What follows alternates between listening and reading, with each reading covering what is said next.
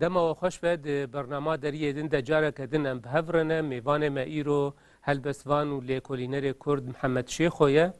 محمد شیخو حتی نها سه پرتوک چاپ کرنه یک جه به زمان عربی هلبستانه یاد دواجی ما چک جدل سالا نوت و حشتان ده لقامشلو چاپ کریه و پرتوکا سیم جی انتولوژیا هلبستا کردی لسوریا او جی انتولوژیا گلک هلبسوان کردین شروجاوای کردستانه لسر وان هر سه برهمان هر وها لسر جینا نگاریا وی جی امی ایرو راوستن تو بخیری هاتی برنامه امی دسپیک چند پرسا دربار جینا نگاریا تد بکن لجی جدایک بوناته و پشتیوی امی بین لسر برهما دسپیک هنه کجمار بحثا جی جدایک بونه بکن نابي من محمد شيخويا از جگوندي ليلان كذا باشوري تربسبي دردوري 7 كيلومتر گوندكي انتيكي وكفنارة تشتي بري 10,000 3000 سالة كنت بتشوك نه؟ گوندور بينجي شست مالية سر جريكي كفنارة بلندا دردوري شست حتى 100 متر ولو بلندا هي كرا لي گوندكي جلكي دي گرینگا جالیه ارکیولوژی و جالیه تشتی انتیکا چقاسی دوری تربسپیه؟ دور 7 کیلومتر باشوری تربسپیه من خندنا خويا حتى بشش سالة من الجند كب بش رأس شوم قامشلو خندنا خوي حتى صفي دوزدها من الويد القامشلو كب بشرم از شوما انستيتيا اندزياريا تريني من خند الحلبي بشرم من كلية حقوق خند الحسجة يا كلية فراتي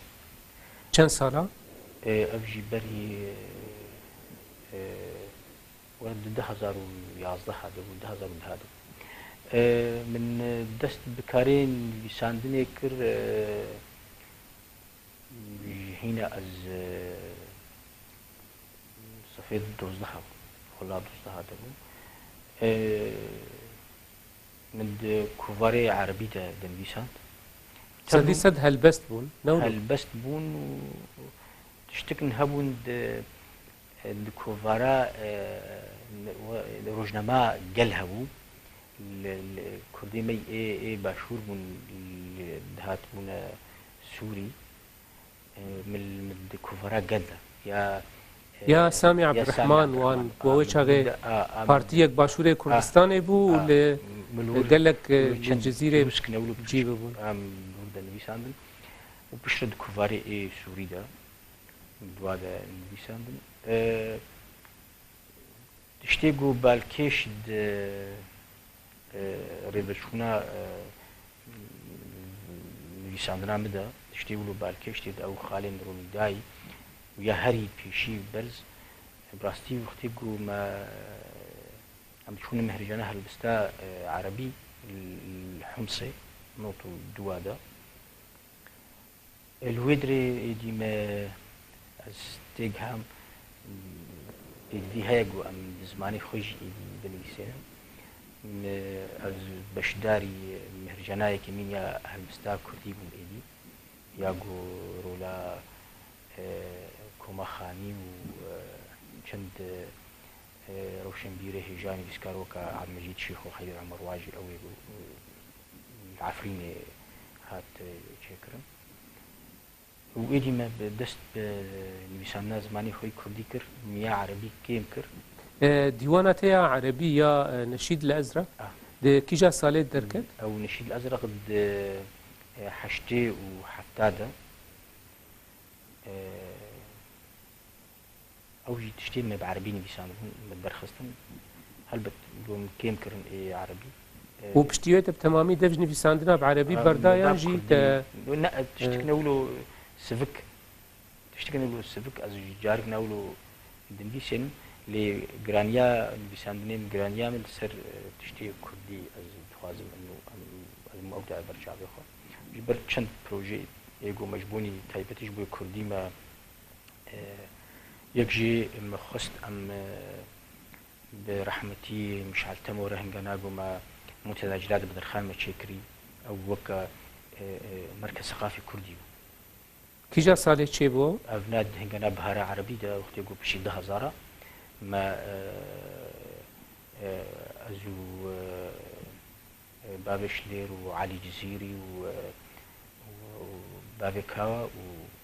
ورحمتي مش علتمو ما هرب جا او تشكر اللي نشو سري او بشرق جمع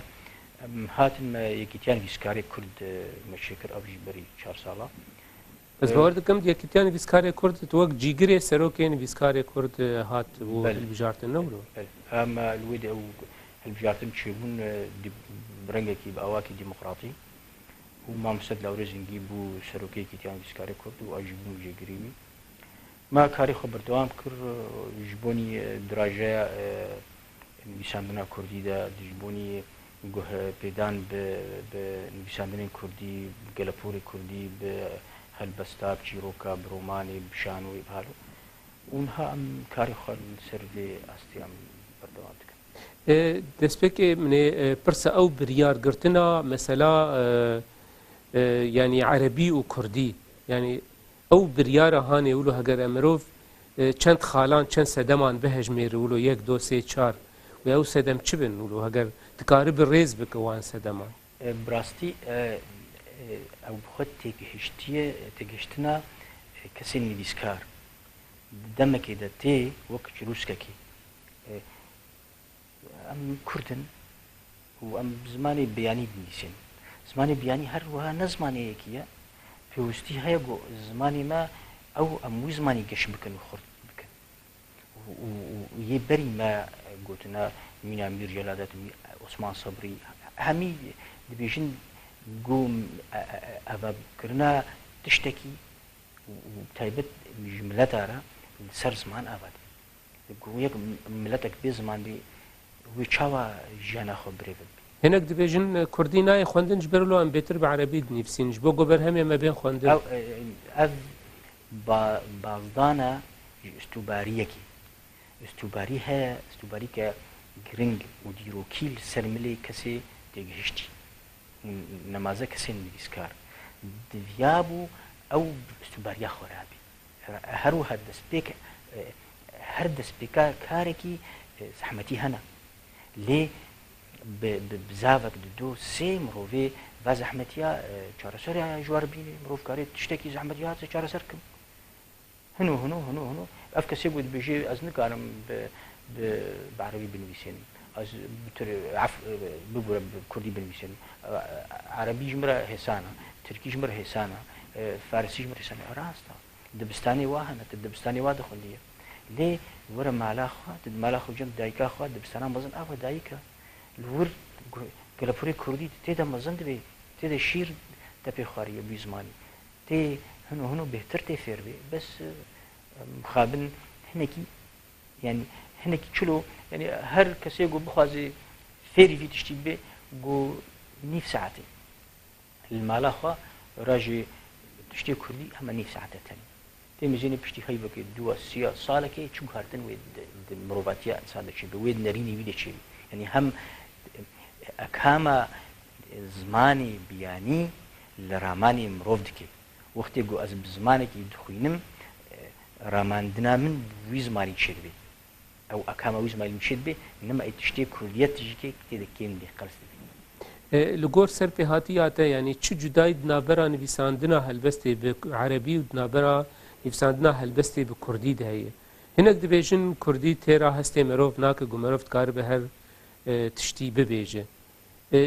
سەرپێهاتیاتە دێ تو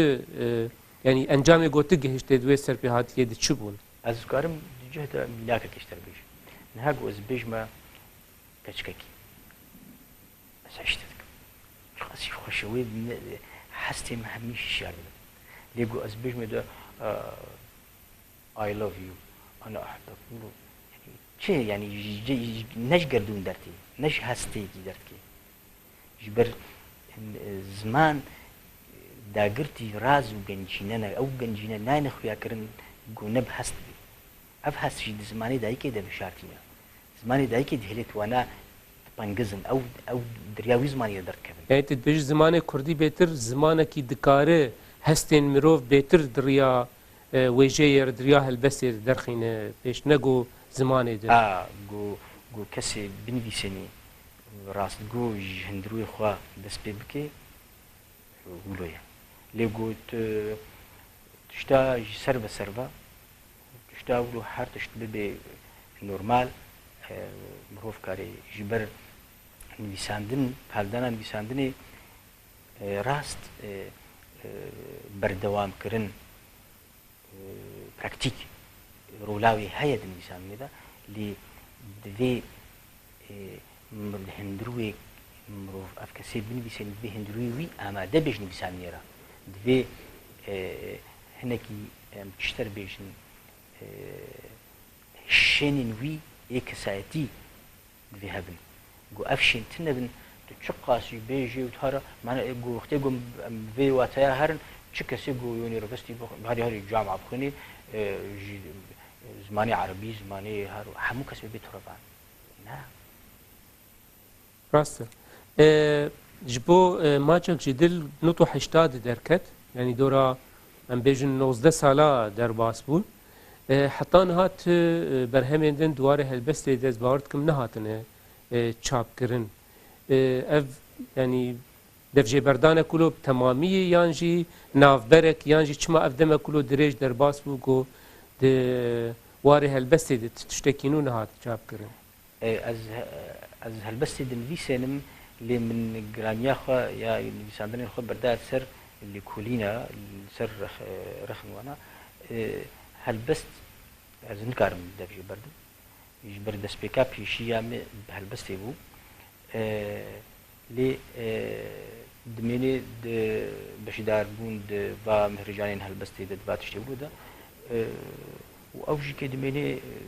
تشن مذكري دا يعني هلبس تشن مني ولا تايبت هلبسة الإنسان ده بس اللي نريني من ديتر دواري توري دواري ويدا برتوكي ميدي دا نبيساني ميدي دا أولي كولينا ولا يعني تبيجي دواري هلبسة دويت برتوكي درن نين شاب كرن دوي بين شاب كرن دوي بدومي كذي بشتري باه برتوكي دي أو لا هري يقول بيش چه سدم هبو گولو بهتر تج واره هلبسته بری خدا واره لیکولینه مثلا بهتر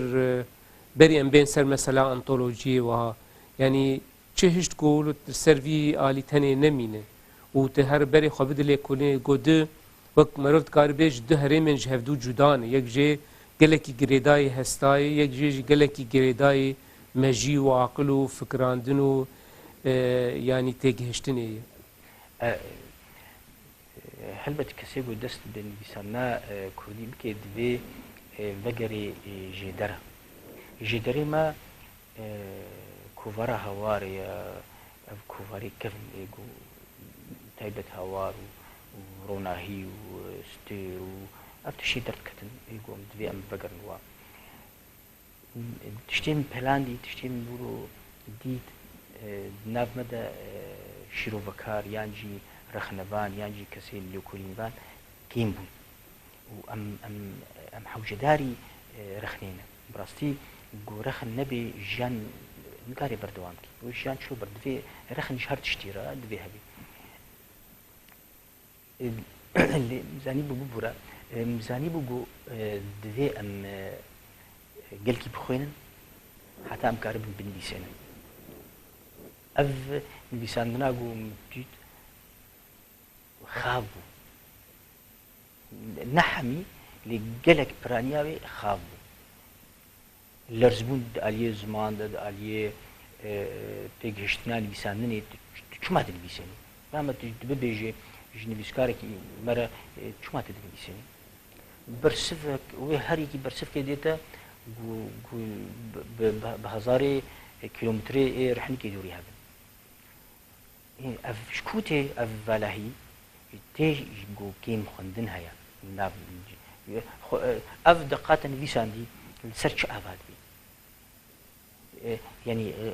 ريفري يعني سياقا قد بيد نفيسيني كاف شي بالدنا سيرش تشن فيساندي كي جات بستانا بيجا فان فيسكاريما بيجا فاكسي هلبس فان يجيروك نفيس رومان نفيس اف تشيت نفيسيني بنتها كيجا بستانا جو ام ناس كن كلاسيكيا نوجنا شد سريالية شيء نزاي دنفيش يعني راسته خديه برهم دنفيش يعني بلكي نکاری بيجي بلكي بيتره مثلا يعني دست نشان کرنا وان اکول یانجی دبستان هنری یانجی ویجی گوهنه بيتر كاري رخ نقرا بنا كاري نبيسكار بقبه بس اللي نرينا مدى دفي كسي نبيسكار رخ نفاني بيشي بيش دقاخرة دقيرة يا دوا دفي زهن بيش دنبيسين شخو اختي قوم نزال بن ام تشتكن امي تارو مار هرن دفي ام زانب دفي ريك جمرهبي ام تشتكن سدمن كيمبون يانجي تنبونا كسين قدواري رخنيه ده كار دكن تايبتي رخنگریا وجهه کردی ده ادبیات کردی ده سدمه بهتر چنه سدمه ناکی ت لیوگرک یانجی د سهلاتک چاندی ان روشنبیری کردی تنه پرتوکین کردی ولقاس زحف تننا خوندوین کرد گیمن چه کسی گو دامه كده چند الفابي كردي اللي هبدو صوارت كرن بون بيسكار ام وكي كيتان بيسكار اما افتش بلان دجوا كده دفاس عليه بوريدا چكسيغو هم د بارتيا خود اندري خصنا خود چند گوتن كردي بكار انينا وخودي تيو كان بيسكار كاكو ابنا نني بيسكار يدا كارين بيسكارا باركي گرانا زورا هر کس نکاری ببینی بیسکار و هر بس وان و هر هذ وقت جير دفي دم جير دفي دفيت بصدا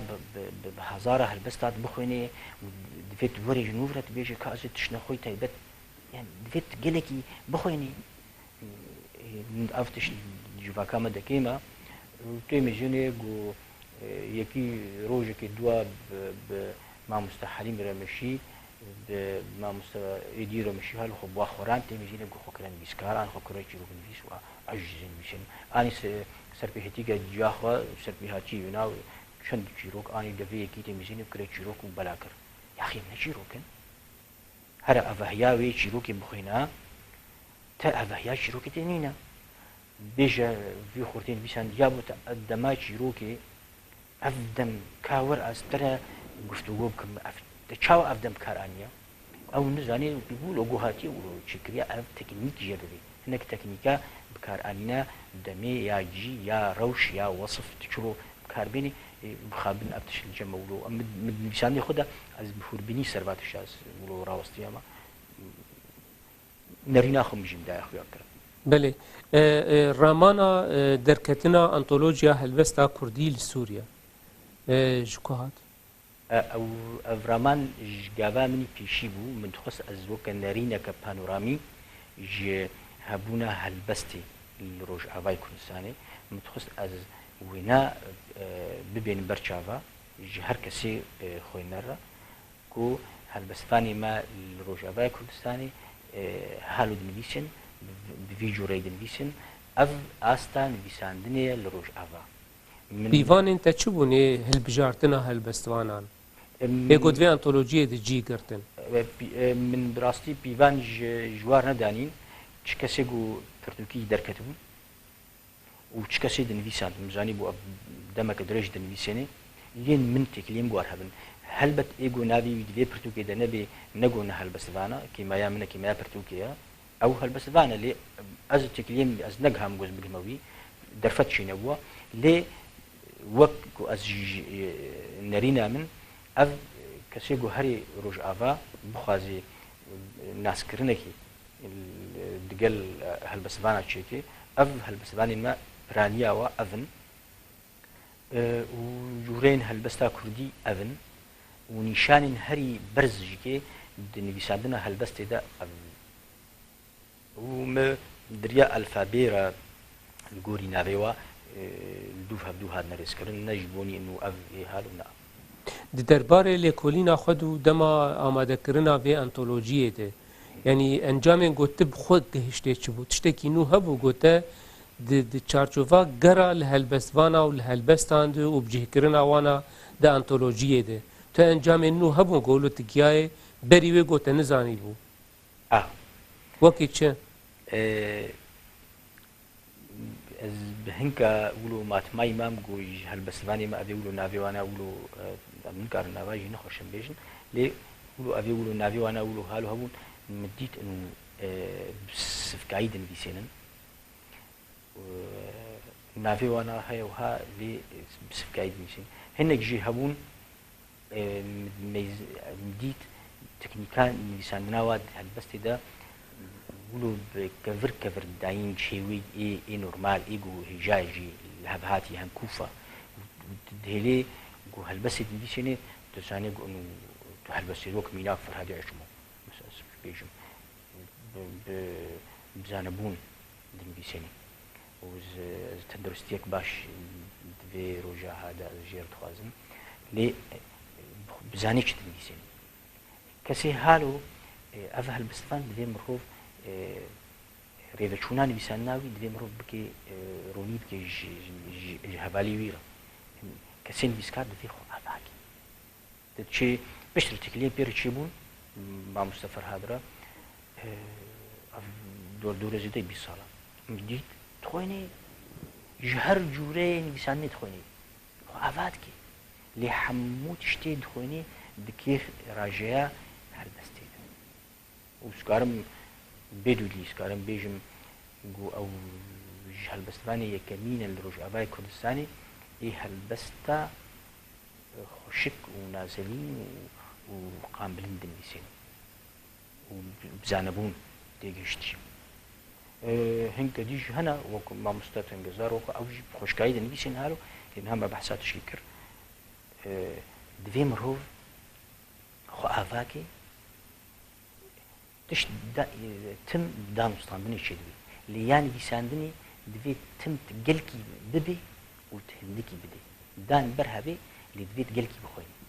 merov dikarî bêje got ev pirtûk ev antolojî got 2030 de derketî wek dîmenê giştî helbesta Kurdî li Rojavayê Kurdistanê yani dide nîşandan tiştekî wilo merov dikarî bêje belê nerîna min xwe ava temamî ava min xwestiye ez bêjim werin li hebûna helbesta Kurdî li Rojava mêjîn vaya ev helbesta me ye heger em bêjin belê heger te got ev helbesta me wilo salê got te bêtir xwestî got wan wilo ronahiyê bide ser wan salan kîjan yanî yan jî kîjan nifşe evê got te ew hilbijartin ya jî nifşên cuda ne hinkî divê meselê de nefikirî gelo gelekî giring e pêşgotinê de jî nivîsandiya gotiye nifşê piştî cigerxwîn ji nifşê piştî cigerxwîn heta 2030 hemû dan pêşiya xwe çi kesê got helbest nivîsandin bi Seydayê Cigerxwê Seydayê Tîrê Seydayê Keleş Amerê Lalê Salihê Heydo Tengezar çi kesê got nivîsandiye helbest hemû me dûr de ê got tekiliyên buwar çêbûn mikarî biz bigim wa min nivîsandina helbestê wa jî anîna û hinekî nerîna xwe jî daxila kirin lê nin nerîneke weke gotibêjî hûrbîn yeke wilo tevayî tiştek ne wilo min çirûs kinî jî nerîna xwe têde ji ber nekarê min bi vê pirtûkê de ve tiştê nivîsandinê piştre min xweşik ez ser wa rawestiyam û her yekî wilo bi hûrbîn belê li vê derê yanî dema got helbest gihan ber destê te ti pîvanên taybet ji bo hilbijartina wan helbestan hebûn ya jî hemû tiştê ji wan helbestvana dihat berdestê te ciyê xwe divê antolojiyê digir na min helbet nerîn kem hebû me helbest dixwendin min didît ev helbestvan bi çi xalî berza û وجيرة خويايا وبي وك تايبتية كي جيرة أو كرن وك نمونة من نفيسان سروانا كي ولو هنكي شيرو بكرن نفيسان لي وك تجربة هر نفيسكاركي تايبتية هنا لي تشتيقو مديتي من بلاندي مديت أف تشتجيرة هنكو في بنانا وبراسي أو بيتي ناس كرم بفانا وكان هامك اللي قاعد يتربح سا ما مستفر هادي عشموكر هادي عشمو هالبستا هري خش وك أفال هرك وكديد لي كده اللي تبلو موسيقاوينا كي هري بلندا قلنا موسيقى بلكي جبر جي قال لك هالبستي دبن ستران أفا جبر فيناجي هالبستي جبر كسي بخويني جيدة در حال ولو راحتي في كيرا تشيدكي وتشتي خوجي تيدد بيجي دو هالبستي خودا لرينا خوجي بيجي يعني أبنات بيجي دا وكا قلت يكي خوينر تبكشيني خوا بابوني هيلي قلت شيكي هيلي قلت داخل يعني بخوازي دما مروف مثلا البرهمي تدنر مروف بالا خود دي مثلا هلبست بعربي هلبست بكردي انطولوجي اوجي يا هلبستا وفيرنجي يعني چما ولو معنات چارچوبا هلبست حطاني دواري مثلا چيكنا انطولوجي وليكولينا ده او دست بيك بو ابج اكاما نفسانا هلبستي هات لي دردورا زيدي 10 ساله من هاك جران ياخو يعني مشان ياخد برداء سر يشيروكا وي رومانا يعني زي ده بازا تشيروكي يعني كورتا تشيروك ابي خورتي مدرخن يجو از جوارا ليت بقرهم يانجي از بشبوتنا جوار ميسين ونرينا خو از جوار بيجمهار ورومان جيولو لي نها براستي از درفت از بيجم روماني ريا في ام حوجداري روماني نكلكينها جبر فيجن هاز نها دبرتو كيمه اما دنجبوني او سر روماني وانا كردينا نريني منن سربا روماني كردي تشتي وانا براستي دما جو ام خوجد روماني ديشكي ام فيجن ام هنا هالبس هذا هر كس رابو وقوتي از هالبس فان رومان قلق جبر بيوسن جبر جانام لتيما ده هالبست تاني نكاري في جانا رومان تيت نرينك قلقي فرها هيليقو ايش وإزاري ملتيما تيت دركب نرينا هالبت يا هالبست بانجي دركب دير برسالين متخصص السيرفي انطولوجية بكم يعني قلقي ديروكا ادبياتا مثلا وجهه كرديه با تایبەتیە باکوور و ڕۆژاوا گەلێکی تەبلە ناو هەفدەیە یعنی هەگەر تژنفشێ هەوارێ بگرێژ جگەر خوین گۆ سەرخەتی بوو جەلادەت گۆ سەرخەتی بوو عوسمان سەبری گۆ سەرخەتی بوو ڕەشیدێ کورد گۆ سەرخەتی بوو قەدری جان سەرخەتی و بڤی ڕەنگی هاانە تەڤۆلۆژی ئەو تەفگەرە ئەدەبی ئا زمانەوی ئەم بێژن ئا هەوارێ لە بنخەتێ درستکردن وەکی دنجی ینی وان نفشێ vê dawiyê de gelekî yani helbestvanê em bêjin ê rojava li bakur berhemê wan derketin û ê bakur her têkiliya wan bi rojavar hebû ji êla helbest merov dikare behsa yani dîroka helbesta Kurdî bike heger em çarçova kurmancî dibêjin em dev a soranî deyn aliyekî bêyî got merov behsa yani helbesta bakur bike وەکو میناک لڤر vê antolojiya hanê de dinabîn hinekî mesele tevlihev û gerek divan antolojiyê wilo gol ser madem helbesta Kurdî be yani di çarçova sînorê Sûriya de yani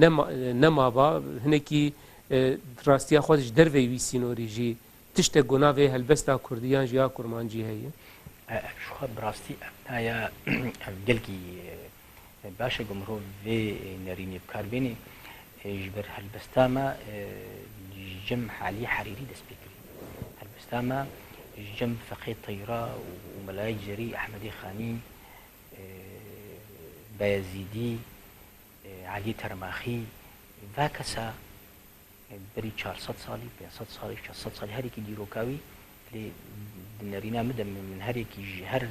ناوێکی ژوا لێکۆلینێک سەرچی کردە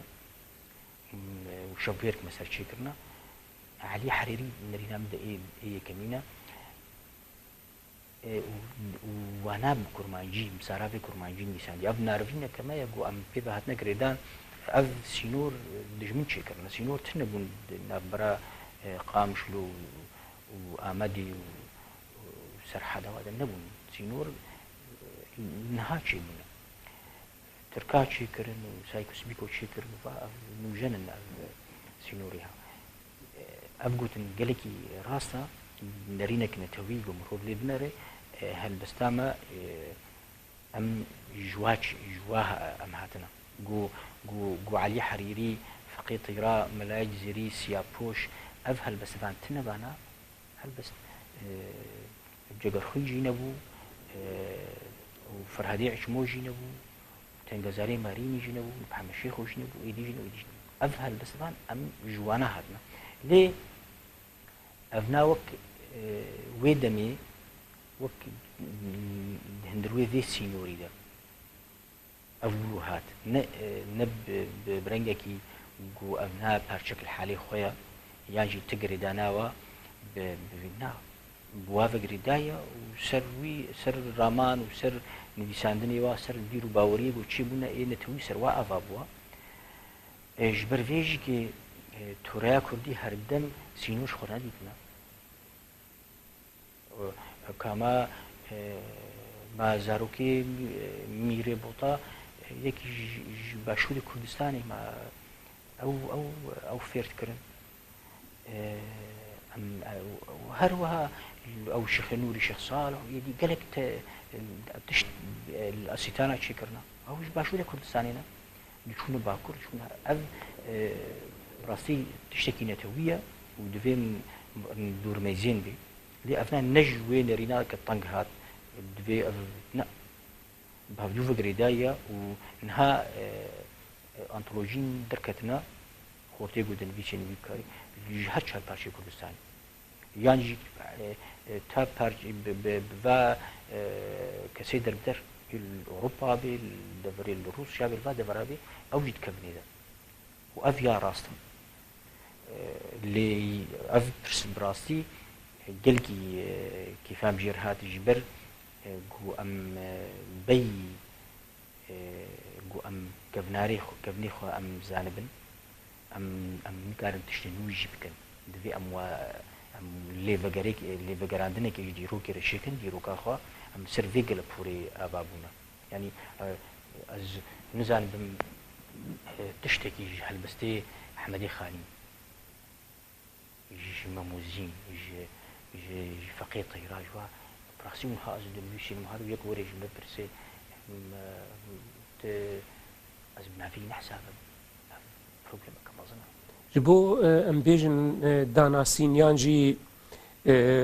هلبستا كردي به رومانا كردي چيروك به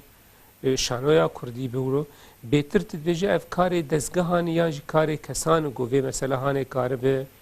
مثلا ندریا انتولوژیه که تن دریا گلک انتولوژیا رو دریا گلک ریه دن رو بده ناس کرن بهتر وی کار کی گریدای دستگاهان دمینیات تدویجه کس جی دکارن به برپرسیاریا هانه مثلا خبدن بر و وی کاری رابن براستي رولا كس قلقي قرنقا نمازا روشوكا روشا ملتي كرد وملتي من باربكريا فرولا كساد ميمي وتكو مار كردان رجقلي كرد هيك نبوا تبلغوا هنا بدسقان هالباشور هنا الرجعبا هنا باشن لأن تشتي بري و أم دبيجن رولا كس هر جو كومارك جيشي بي رولا كسيني بيسكار تنكاري ونداب كي ونها الواكم الأوروبا الهرد بري ليه جو دسكاها بن بهتر شين تبوها بدن ونرينك تكوز درباري مجارة كده